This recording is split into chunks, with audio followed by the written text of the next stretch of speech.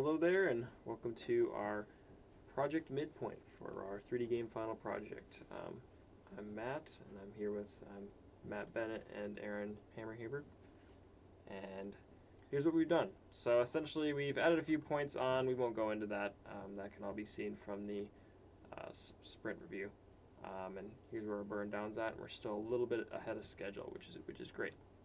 So we'll go on into here. So what I've been doing since the last update was firstly I finished up the shader, so we'll open this and we'll maximize it so we can get a better look. The shader now has very hard edges. We removed a little bit of the toony reflections and stuff because it was just messing with how the outlines worked and all of that. And essentially, yeah, basically we have very hard outlines now. It looks a lot like a comic book, I'd say. And you can really see everything's really well defined, so you can see where you're at and what's going on.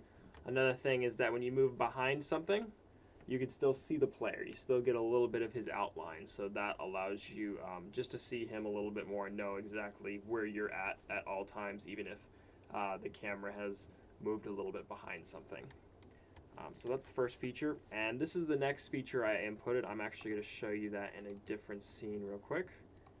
That's just a little bit more helpful because that scene has a few things that we haven't added in that shows everything. So this is a little rotator object, and essentially it basically, as it says, it rotates the player.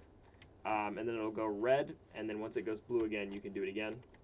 And it never has a limit, of course, so once it goes blue again, you can go back. So now we're back to where we started.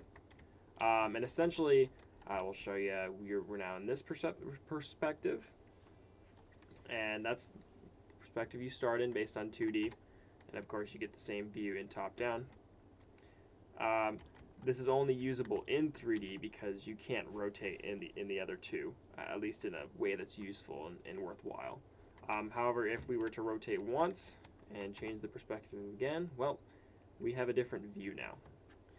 It allows us to completely change how we move through the map based on where we are. Still figuring a few things out. Yep. Especially in coming back out. Yeah, so there is a little bit of some minor bugs that we have to fix. They're all tied to the same issue of other than how jittery the movement is. That one is still something we're trying to figure out. They're all tied to the same issue. As I was refactoring all of the perspective shifting scripts from the camera shifting, the moving objects shifting, and the static object shifting, I found with moving objects and the player, since the player is considered a moving object, the way that things are scaled is based off of the player's perspective, but the player is actually rotated, which breaks a lot of the script. So just trying to find a way to solve that. That's our final bug, other than the just the jitteriness.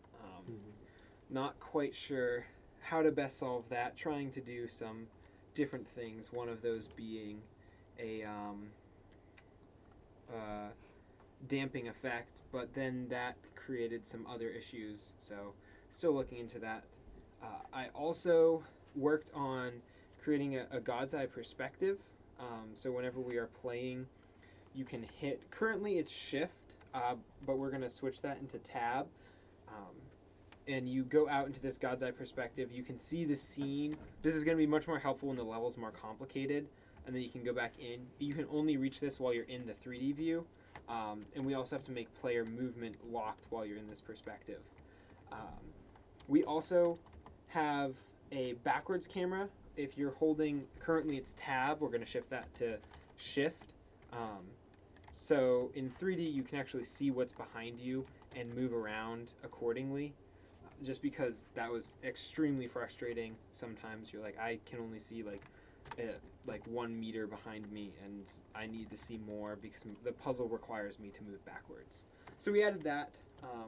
It all feels pretty good, and then just trying to help out on bug pieces here and there. That's really what I've been up to. And I've been working on more color stuff.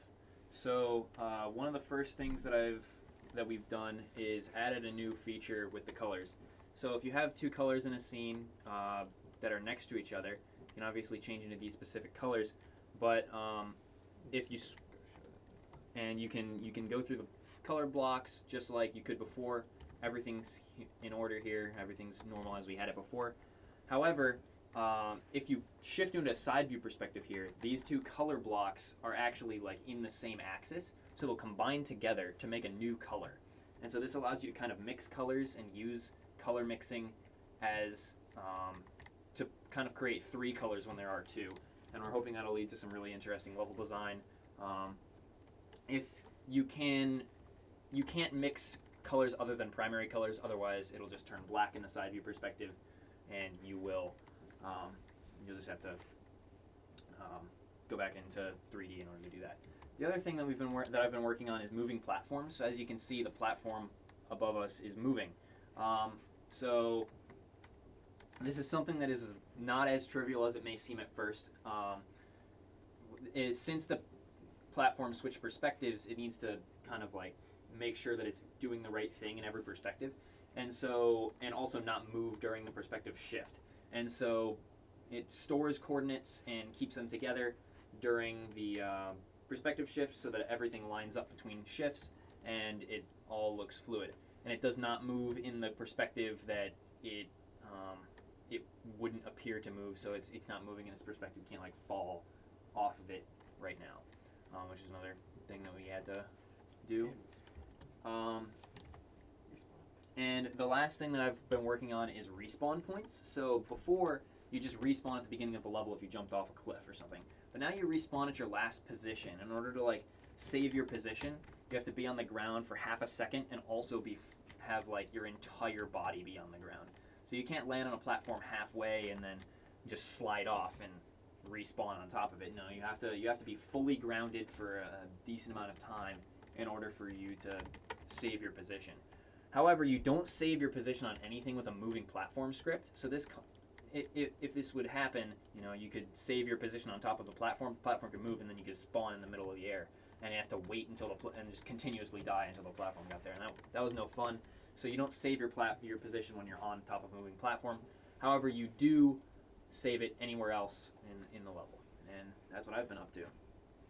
Yeah, so we've basically reached what we are calling plug and play. There's a few bugs to fix, but we're basically at the point where we can just start level designing, pulling in pieces for levels, and that's exactly where we wanted to be at the end of the sprint, so we're really happy about that. Now it's off to level design.